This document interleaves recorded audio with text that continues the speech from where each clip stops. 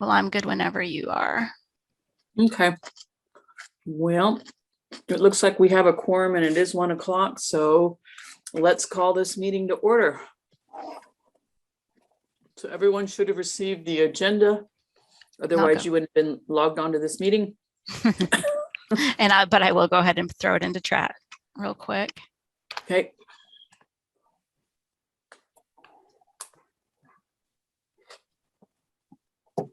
Okay. Oh, I could be actually sharing. Do you want me to share it as well? Oh, sure. Might as well, if you can. I can. My screens are all funky. I'm gonna actually do this.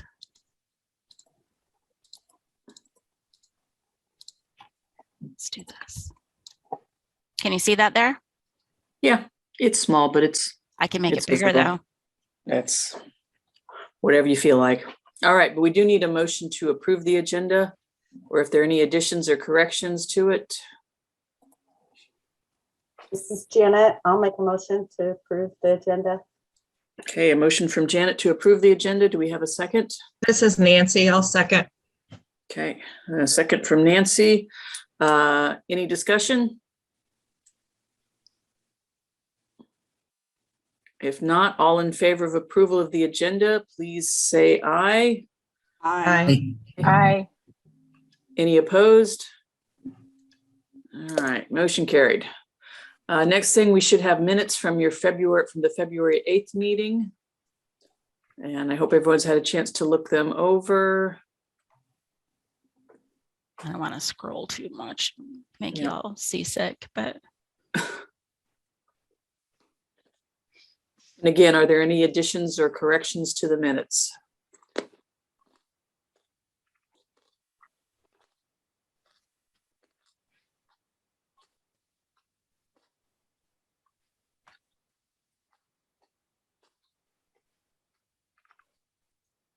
And if there are no additions or corrections, I'll take a motion to approve the minutes of the February 8th meeting.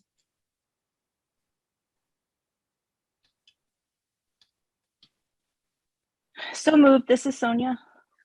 All right, motion from Sonia to approve the minutes. Do I have a second? This is Janet. I'll second. All right, thank you, Janet. We've got a motion and a second to approve the minutes of the February 8th meeting. All those in favor, please say aye. Aye. Aye. Aye. Any opposed? All right, sounds like we got another motion carried. And next thing on the list is the state library report. So Ruth, it's all yours. Okay, there's, as usual, a lot of stuff in here, but I'm going to try to keep it as brief as possible. And then if you have questions or comments, we'll talk a little bit more about the administrative staffing down in the business section of the agenda, but I just wanted to let you know that we continue to work with Equinox. They're providing they are providing support for system administration right now. That's also being handled in-house as well with state library staff and, of course, Bob Jackson, who you know. There is a planned deduplication of the Evergreen Indiana catalog that's going to start prior to business. Pardon me, somebody's trying to get in.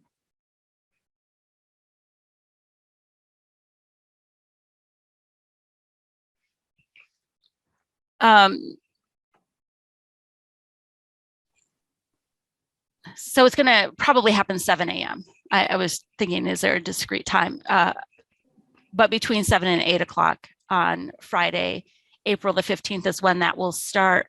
We've advertised a cataloging freeze for that. We anticipate that it will last probably until early to mid part of Sunday. As soon as it completes, then we'll send out a notification that it has been completed to the cataloging listserv, as well as the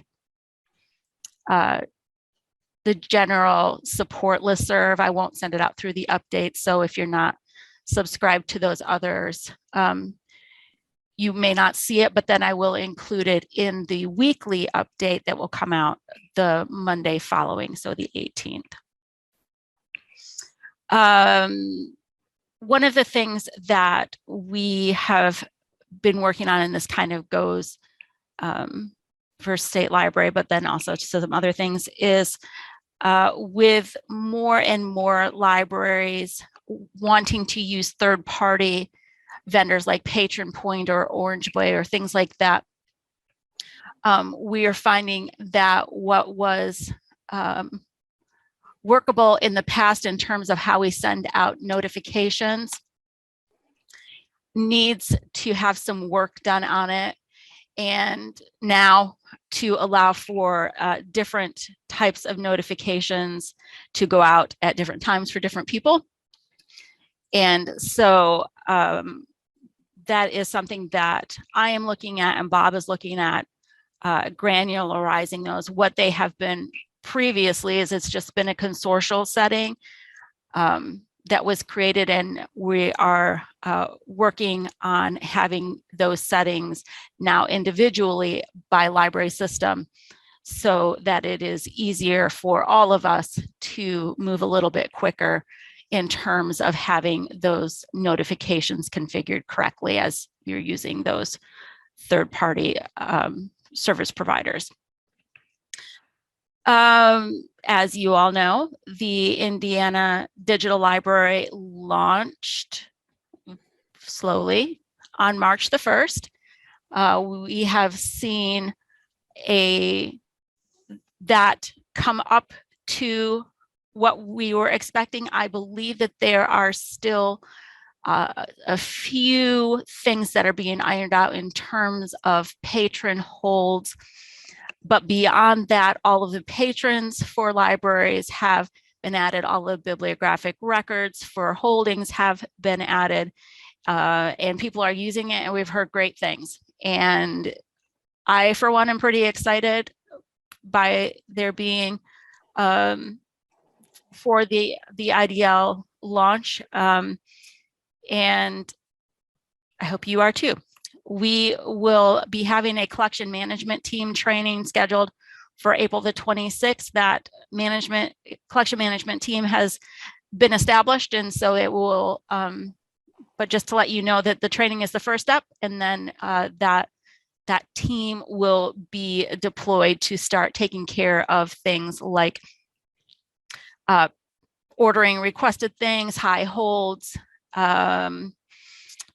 unweeding certain things.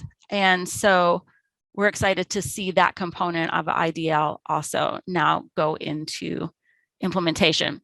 There will be an announcement that goes out toward the end of April for also the first meeting of the IDL Oversight Committee.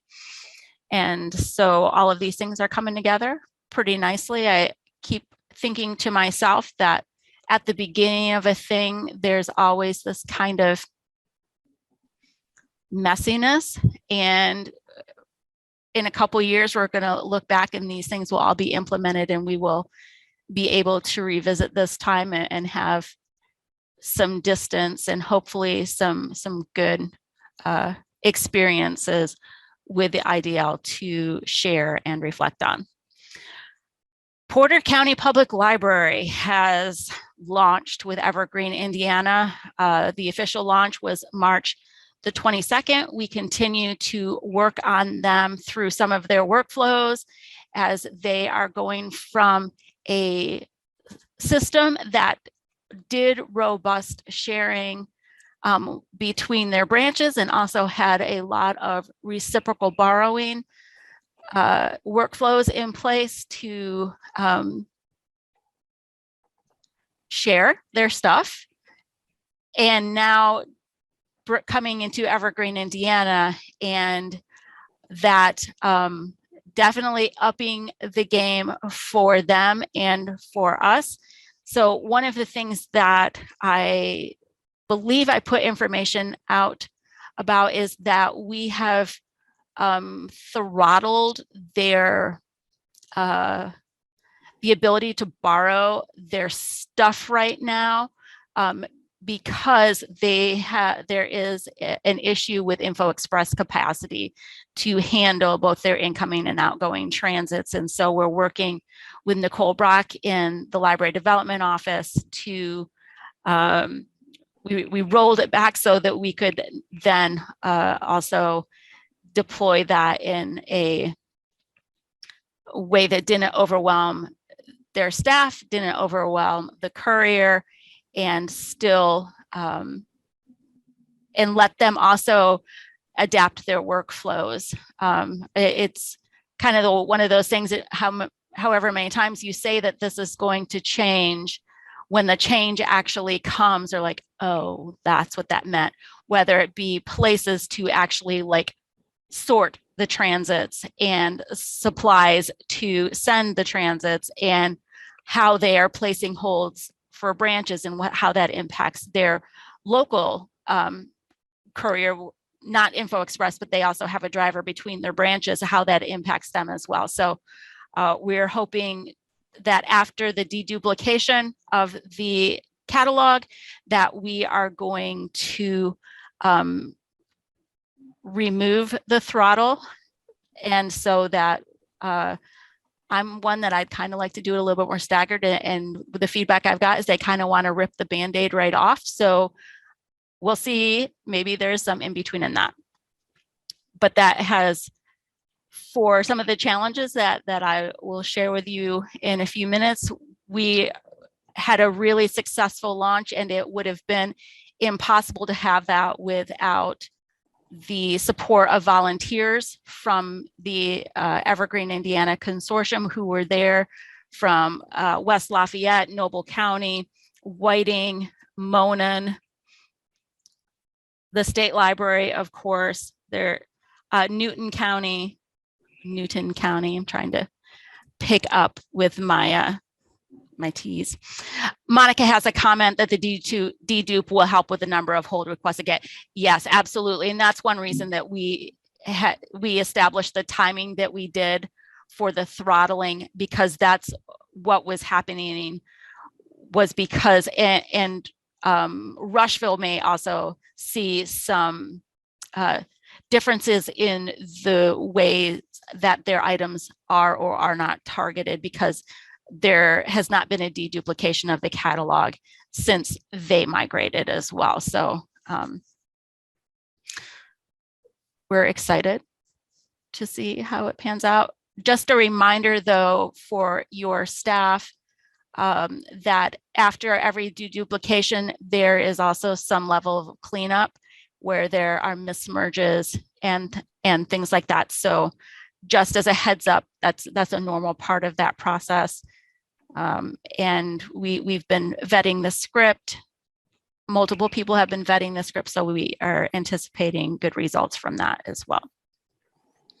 Are there any questions about this part of the report, or comments, or?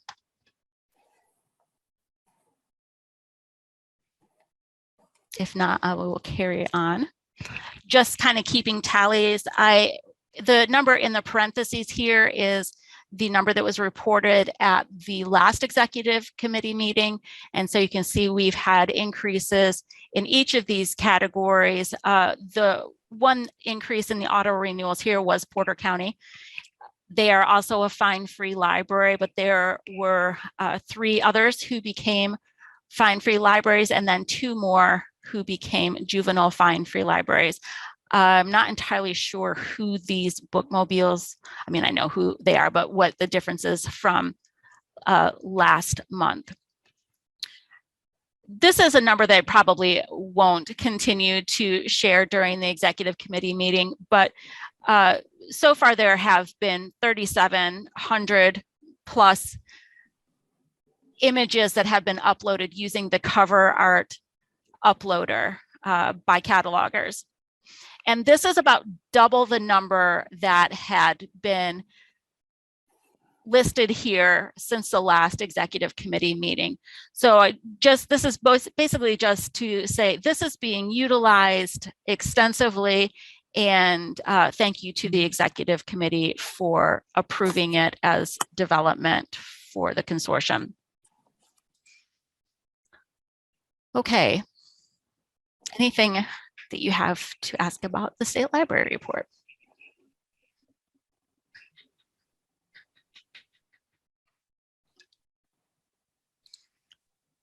Okay, I don't have a slide for the fiscal report, so I'm just going to open up the balance sheet and put it in here whenever you're ready for me.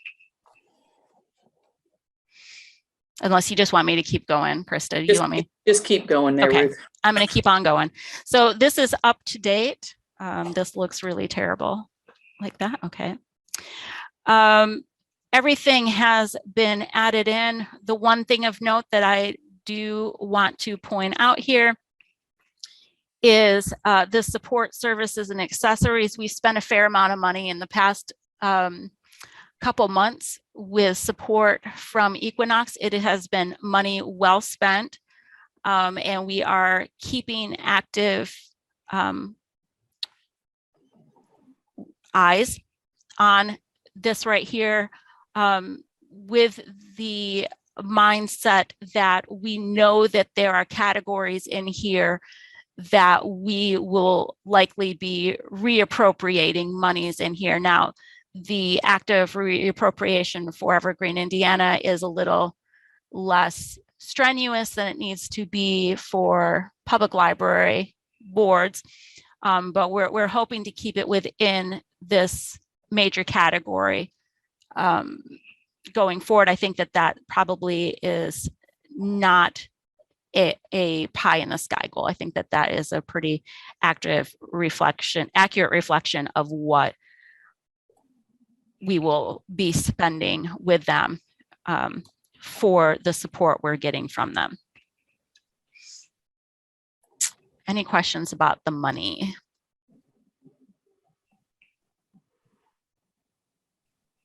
Let me go back actually up to the balance sheet, so that's a little bit easier to see that.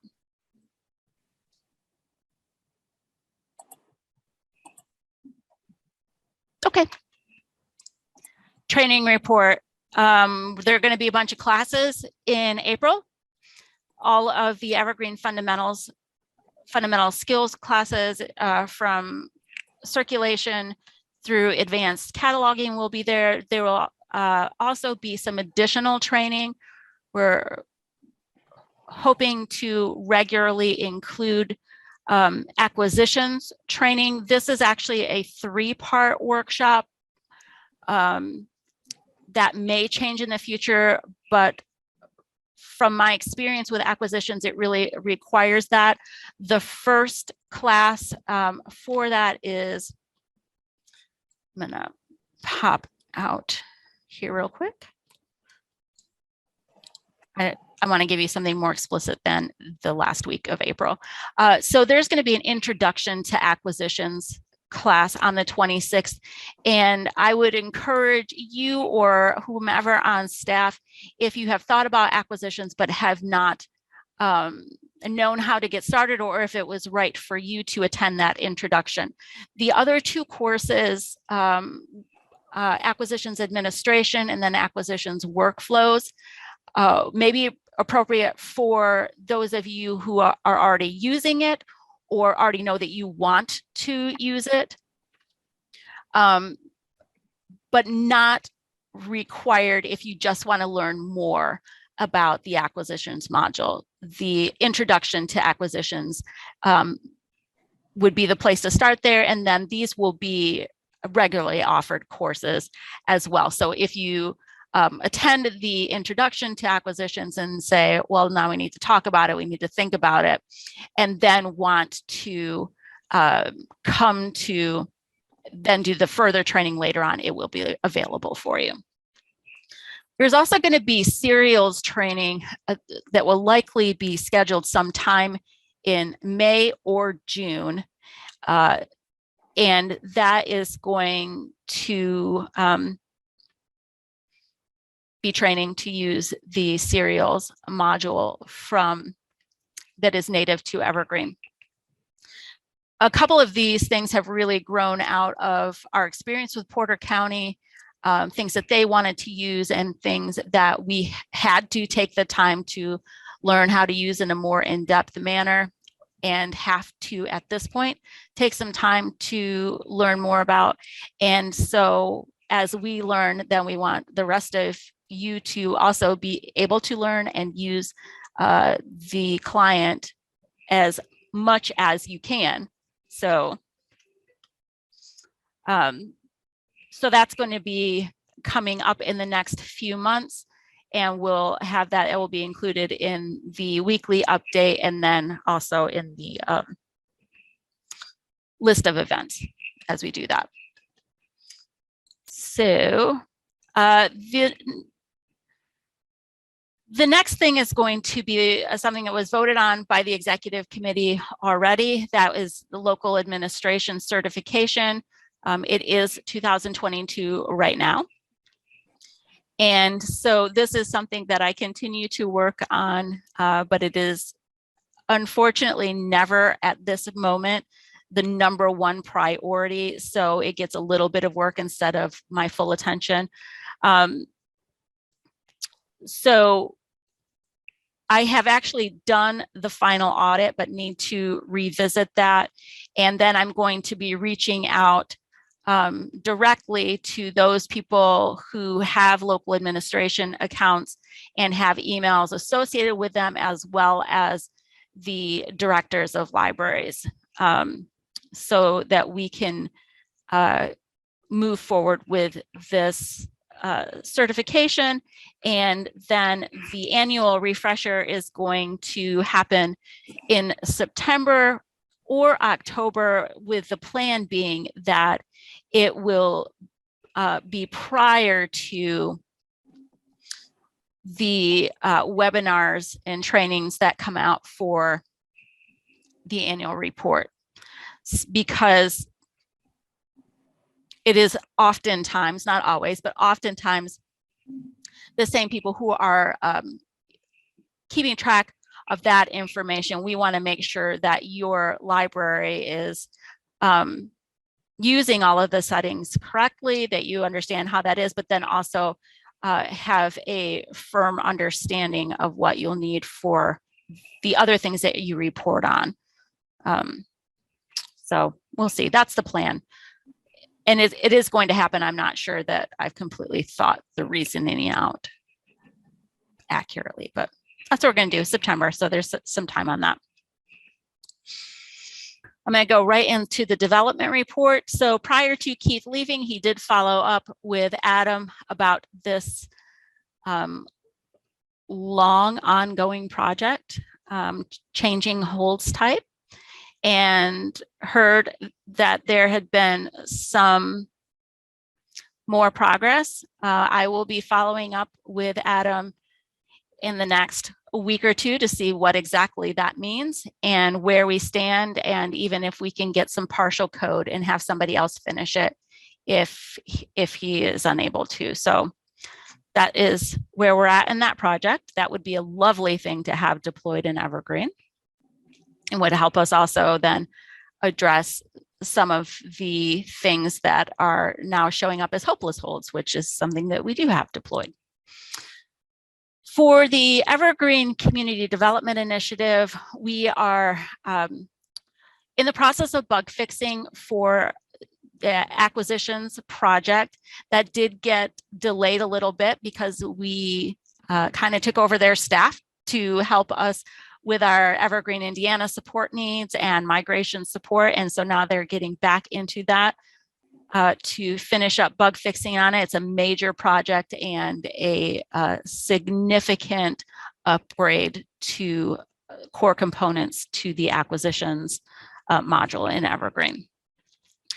There's also been testing on these two features for Evergreen. The past couple weeks have been Feedback Fest and Bug Squash Week for the Evergreen development community. And so one of the things that the ECDI is sponsored and then participated in testing for was the ability to change column widths in a more intuitive way than going into clicking a menu and then clicking a thing and then clicking some more things and clicking some more things and saving some things. So we are hoping that that will be deployed in 3.9, and we expect to see it, a release of 3.9 to the general community in the next few weeks. And that is likely going to be the version of Evergreen that we upgrade to next in several months. The other one is a split hours editor. And what that will allow you to do is to have documented for your actual branches if you have midday closings. There are some libraries that have a lunch time that they close or an evening time.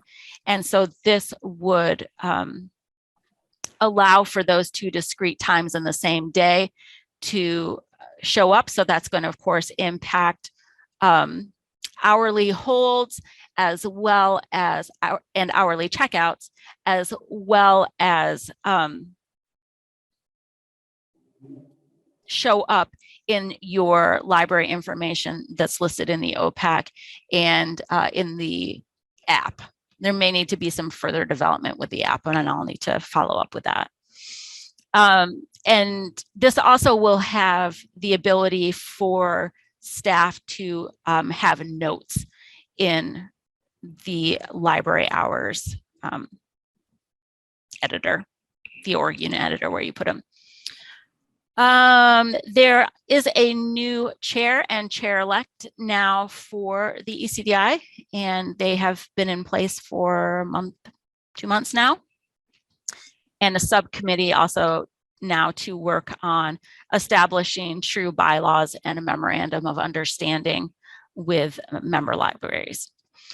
The expanded testing data set project has had a lot of work recently, and we're anticipating having next steps for that. That's actually a community project as opposed to a vendor development project. And so it takes a lot more coordination and volunteer for that. So we are working on that right now. The next deadline in a series of deadlines is April the 30th for a data freeze for that. Done the fiscal report, we've done this, and now we're to committee reports. And I did see Monica here. I don't know if Monica, if you have anything to say about the last committee meeting for cataloging. Yeah, sorry. No worries. You moved right into committee, and I wasn't. I know. Prepared. I was. Am I going out of order? Yeah, kind of out of order. No, I think you're right. I just caught me off guard. No worries. I do have a few things. The cataloging committee did meet about a month ago, 5 weeks ago, at the beginning of March. The two biggest things probably that we did was we added 2 more terms to our local Evergreen, Indiana thesaurus. We've added Christmas stories and library of things. These are not legitimate headings as per the Library of Congress, but we have authorized them for use in our consortium. And there was also a request to add middle grade, but the committee chose not to do that. There was a vote, but we decided it was kind of too subjective and amorphous to decide what constitutes middle grade. So those are the big things. Other things the committee is working on, with Ruth's help, is working on updating our MARC templates and some training manual updates. Again, Ruth's doing a lot of that. And we've had a few procedure changes, but I don't figure those are things that you guys probably care about. But that's pretty much all that happened at the last meeting. Monica, are there any questions for Monica or about the cataloging committee? The next meeting is going to be June the 2nd.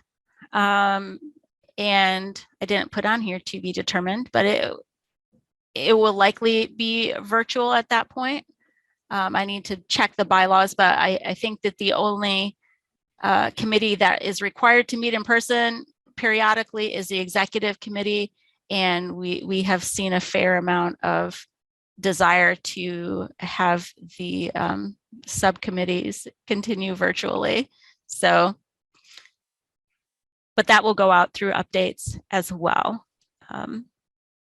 Okay, next is e-content committee. I have not been participating in e-content committee meetings. I think, Krista, you got something to say about that? I was just going to say, we haven't met since the last executive committee meeting, and we do have our next meeting coming up next month. So that's all I got for you. Cool. Thank you. Patron services, and I do see some people from patron services here. Not Sherry, but is there anybody from patron services that wants to weigh in? I do have a couple things to say about the last meeting, but I'll be glad to cede that talking space to anybody else. If not, one of the main things that we talked about was had to do with pending patrons. And pending patrons is something, it is a temporary table that is populated. So if somebody goes to the OPEC to request a library card and they fill out that form that is there and identify your library, then if you go to pending patrons in the circulation menu, it populates there, and then you can load that patron and finish their registration. And when that is finished, then they end up getting their own patron account ID in the database. But prior to that, it's a temporary thing, and it's in a temporary table that gets cleaned out based on a library setting. And the default library setting for that is 7 days, because you don't want that temporary table to be filled up with things needlessly. If for some reason your library isn't checking it, there is no obligation for your library to use that. And it cleans that out. One of the things that some libraries have been using that for, however, in this specific cases, but there are some other use cases I'm sure you could think of, have been using that to jumpstart the process of providing cards for their school corporations, for the students there.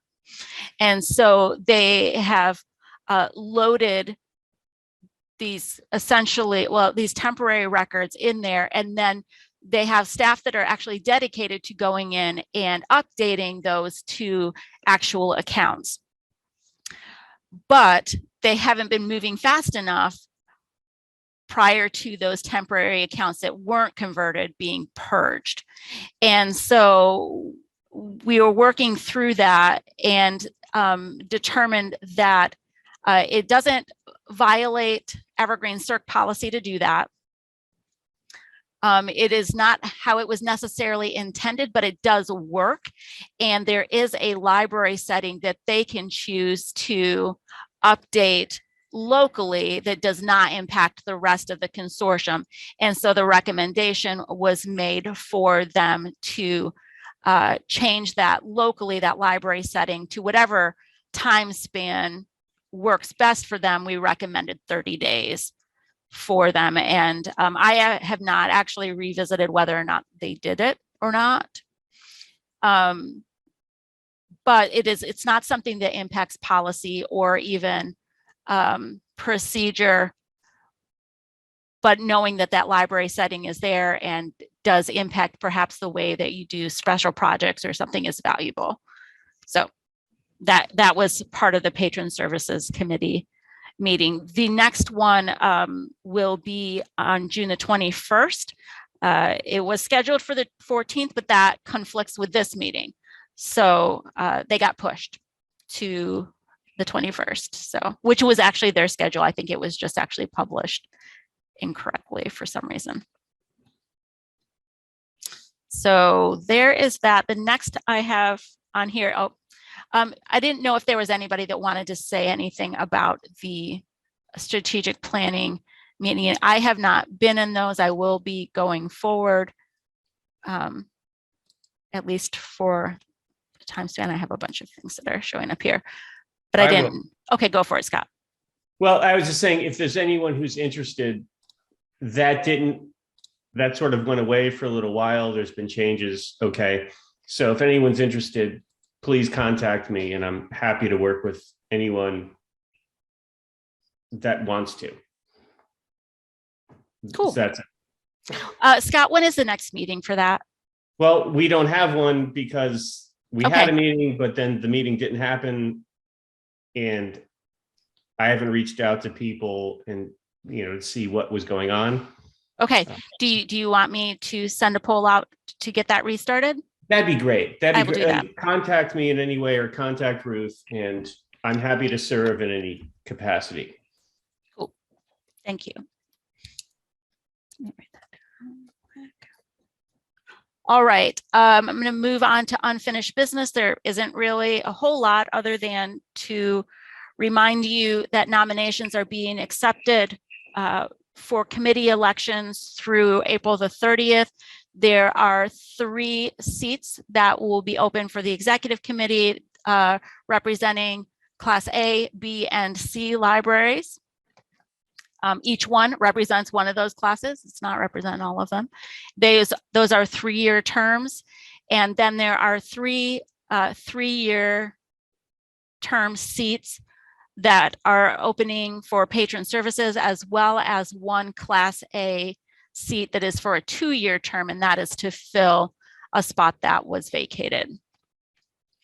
And I do have in the agenda a link to that form, so that if you want to either fill it out or circulate it to whomever, you're welcome to do that. Any questions so far? I don't want to talk over anybody as you're thinking through. So I don't have individual slides for each one of this. Some of this, there isn't really anything to vote on yet unless somebody calls for a vote. I did want to give you an update on what is going on with the administrative staff here at Indiana State Library. Stephanie and Jake are both here as well in case they want to weigh in. So as you know, Lynn left in the latter part of January, and Keith's last day was, it seems like an eternity ago, but it was this last Friday. And so I am serving right now as the interim consortial coordinator. Jeremy Murray is the interim MIS supervisor. He is also working with Equinox and with Bob for system administration for Evergreen, Indiana. And we are waiting on several things from the state personnel department to allow us to move forward with certain things. And then we will also be looking at then refilling on a permanent basis all of the staffing roles. If I may, Ruth, I'll Yes, just please. add that we have done interviews. Stephanie and I have done interviews for the head of MIS. And with Keith being gone, we'll be moving to refill his position very quickly. We may have some announcement fairly soon on the MIS director position, which of course is really critical. And then we'll go from there. So at this point, we feel confident here in the office that at least on a temporary basis, and seeing at least also light at the end of this temporary tunnel, that things are well in hand. We've received just fantastic support from Equinox on several things that have gone forward, and we have had our own staff really ramp up both knowledge base and then the ability to respond to things during this time period. So I personally feel very confident, and I hope that that permeates to all of you as well. Any questions about that right now? Okay. So we had to cancel the annual meeting, which means we need to reschedule the annual meeting. That is something that is required by Evergreen Indiana bylaws, and it also requires 30 days notice to our membership to allow them to schedule and participate in that. I propose that we reschedule it for the 23rd, partly because it fits into my schedule, but it also seems to kind of circumnavigate some other things that may be happening in your library. It's maybe before the launch of your summer reading programs, kind of in that lull between all the planning and then the launching. And we don't have a bunch of other meetings at that point or other things. But I could be wrong about that as well. So I guess that motion for that. Yeah, I think that yes, we do need a motion for that. I'll motion. Was that Scott? Mm-hmm. Yes. Okay, we got a motion from Scott to have the annual meeting on the 23rd. Do we want to specify a time at this time? Yeah, I don't know why I didn't think about the fact that you have to have a time. It just slipped my 2 mind. o'clock, 2 p.m. 2 p.m. work. We can just Yeah. amend Scott's motion to include Scott. Would that be all right to amend your motion to make Should we, is that an hour, 2 hour? How long are we thinking? It will be about I'm sorry, it'll be about 1 hour. And I do think that in the minutes, we need to say that that is 1 p.m. Central Time, 2 p.m. Eastern Time. Okay. Motion the 23rd, 1 p.m. Central, 2 p.m. Eastern. Okay. I think I got it all. Sounds good. So we've got a motion for the annual meeting on the 23rd. Do we have a second? This is Nick from Garrett. I'll second that. All right, thank you, Nick. We've got a motion and a second. All in favor, or is there any discussion? Any other comments on that before we take a vote?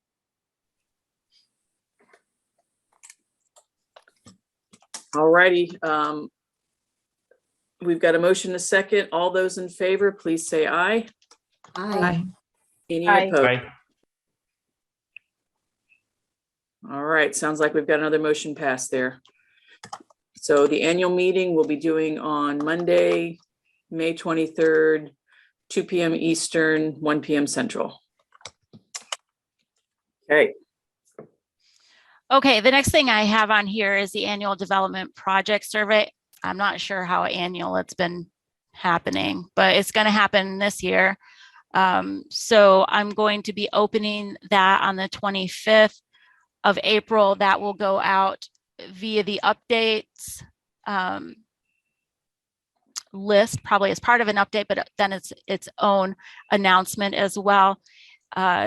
It's up to you how you disseminate that in your local libraries, of course.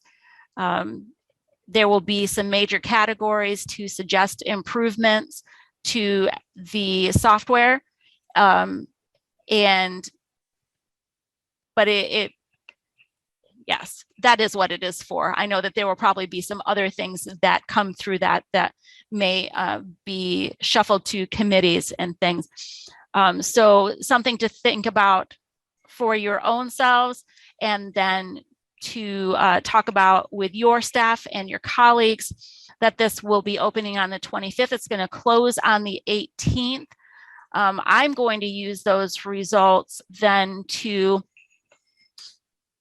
essentially to triage them. Are they going to be something that should be handled by Evergreen Indiana, so they would be faster developed, they would be deployed locally faster, but they generally are smaller projects?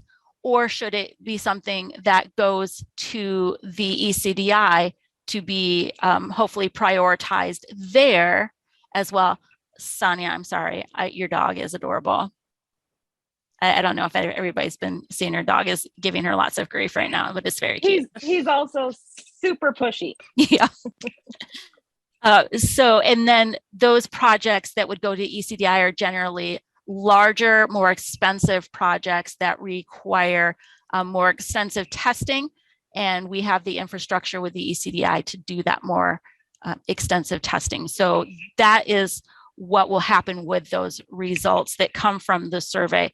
There's another step that comes after the survey, which actually has to do with the prioritization of those results by Evergreen, Indiana. And so that's why I have that close date for May 18th. I was kind of anticipating that the annual meeting would be on or around the 23rd so that we can announce the results for the survey at the annual meeting and then open the prioritization vote after that, which will allow the membership to prioritize those, and then I can triage from those priorities. That was a lot. Any questions about that? Okay, I saved the best. And best is not the right word, but I'm going to pick it for last. We have discovered that it is time to revisit our membership tiers, fee tiers for Evergreen, Indiana. This was based partially on the past year and a half working with Porter County and bringing them on, and but also looking toward the future and the different types of services that we offer for onboarding libraries and we offer for our members as well. I don't have a proposal for you today, and I put this very optimistic note in here that says proposal to the executive committee for electronic vote by May 4th. That is very, very aggressive in its timing. And it was just to potentially have that there in case it, and I have to check the bylaws, and I would encourage you as well, that this needs to be part of the annual meeting. It may be something, or this may be something that the executive committee can vote on, as opposed to, I'm not sure exactly where those fees are located. If they're in the bylaws, that is something that needs to be voted on by our entire membership. And so that's why that is in there. And I do apologize. These are things that I knew were upcoming, but I didn't know what level I would be working on them. And so I've kind of been coming up to speed in the past week, and I didn't get all the work done on that needs to be done.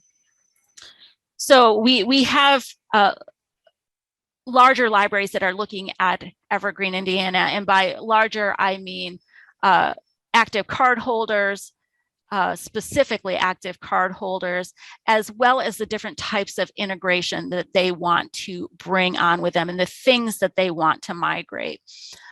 In a traditional migration, it's been items and patrons and circulations. And bills have kind of been in there, sort of, but it depends.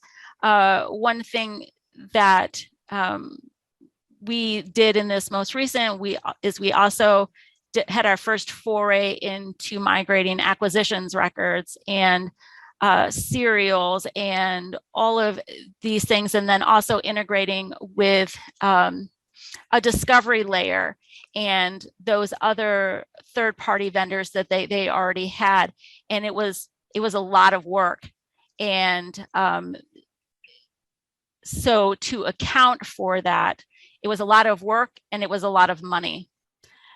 To account for that, we believe that there should be some recompense to the consortium for that, for onboarding libraries, but then also for the additional work that we may do or may facilitate us doing more intricate integrations with other vendors. So, and that may be for development, or that may be for where that money goes. All that to say, go ahead.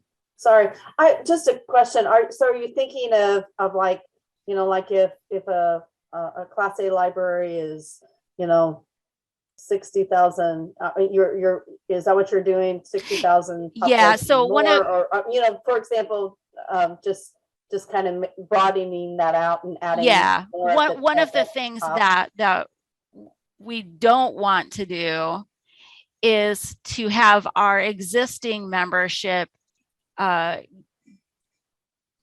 blindsided by all of a sudden being thrown into this other tier that is a ton of more money without being able to have the conversation, being realistic about that, and still providing a good cost value, a good value for what you're actually paying. And yeah, so we are looking at the higher tiers, so that there would be hopefully very subtle adjustment for kind of those mid to high level tiers. But this is in mind as we would be bringing on 75,000 service population. That's not going to be their active card holders, and then tiering that up. So, and just as an example, but this is not only because of Porter County, their service population was 146,000. Now their active card holders, of course, are less than that. But comparing that to, and I'm going to pick the wrong library, but I think Newcastle or Morgan County is closer to 60,000 service population. And they're both Class A libraries, but man, that is a significant difference, not just in the service population, but in the service then that they're providing and the money that they're spending, the things that they expect. And then to allow for us to accommodate that, we were stretched really, really thin. And we did it, but if we anticipate scaling this, if we anticipate providing good service to our existing members and our future members, there are things that cost money that we need to get the money from somewhere.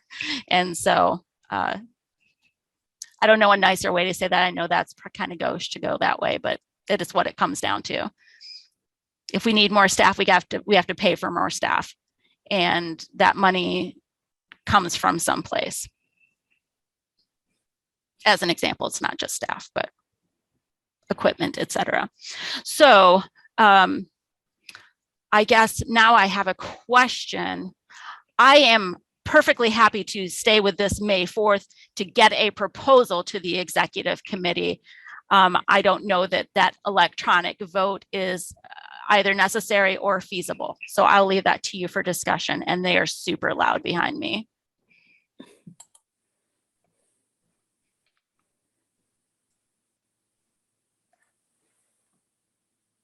Or concerns or fears or. I have a quick question.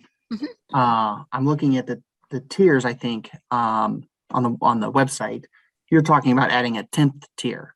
I'm actually thinking about adding 3 new tiers. Okay.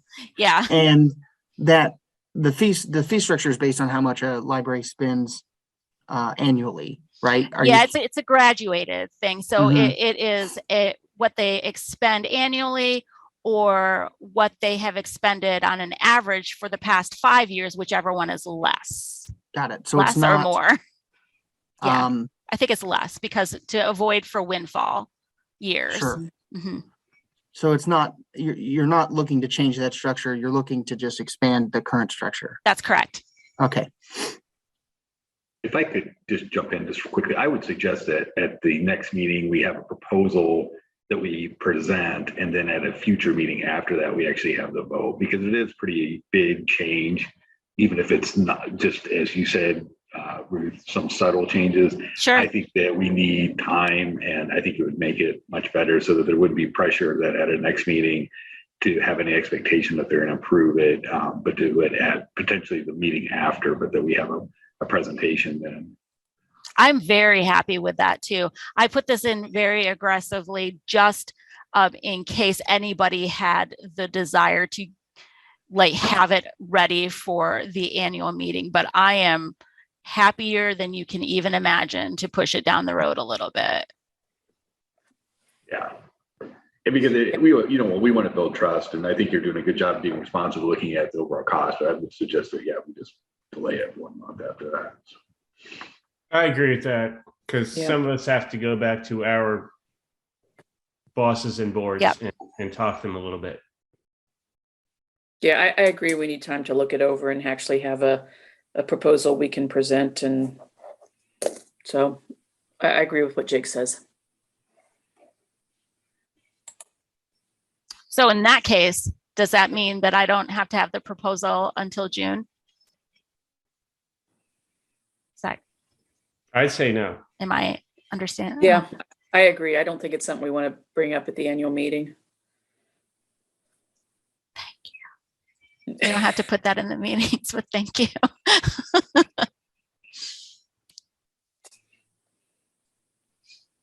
Unless you want to put it in the minutes. I mean, I'm happy to be documented as saying thank you for that. Okay. So that is all that I have for new business. I don't know if anybody else has anything that needs to be added. I did not receive anything from anybody to add to the agenda, but that doesn't mean anything. If not, Krista, I'll let you do the announcements. All righty, I gotta get back to my agenda here. There it is. Okay. All right. So unless there's anything else, next meeting looks like it will be, well, next meeting will actually be the annual meeting on May 23rd. Oh, yes. I'm sorry. I did not put that on there. And then after that, our next actual business meeting will be June 14th. And with any luck, we can still do at least a hybrid sort of meeting. I think this works well for everyone.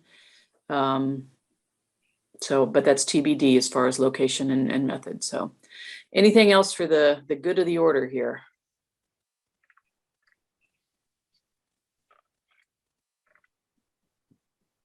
All right, I'm not hearing anything unless people are still desperately trying to unmute themselves. So in that case, I'll entertain a motion to adjourn. Also move, Janet. Thank you, Janet. And a second from Scott. All in favor, say aye and log out. So Aye. Hi. Thank you. Thank you, everyone. thank you.